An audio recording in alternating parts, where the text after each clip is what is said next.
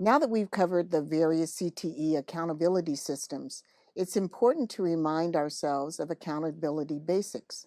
We are called upon to interpret accountability results and lead discussions about the implications of those results. It may be with our board of trustees or a community group. The most important starting point in any accountability system is to know who is being tracked and what data are being used to do the tracking.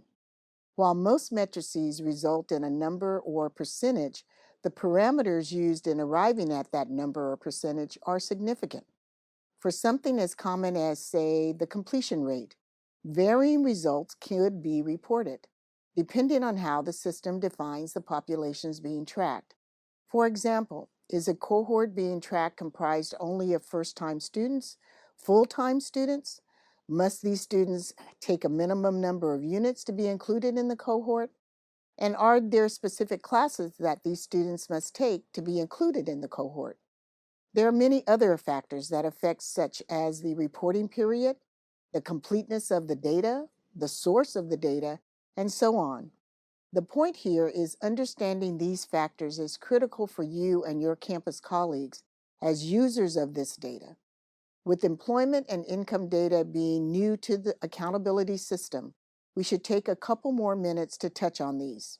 Most employment and income data come from matches of student records with employer payments into the state unemployment insurance system.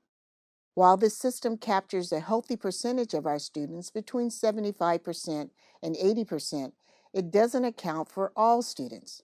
Two notable groups who are not captured by the system are self-employed individuals and individuals who do not have a Social Security number.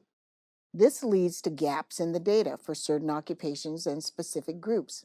For example, most cosmetologists and real estate agents are self-employed. No income is reported to the unemployment insurance system for these individuals. For accountability purposes, we look at three areas: employment, employment in the field of study, and income. These measures give us valuable information about how many students found jobs after completing a program and how many are working in the field or related field in the program they completed. With more income, the question is not just how much students are making, but is there an income gain? That is, how much more are they making after completing a program? A second factor is whether the income is as much or more than the established living wage in the region. Now, we would be remiss if we did not offer a cautionary note in using employment and income accountability measures. The economy is the main driver of employment and income, and it's a factor we have little control over. We do believe that by offering our students high-quality education in relevant occupations, we can indirectly impact employment and income by giving them the best possible chance to succeed.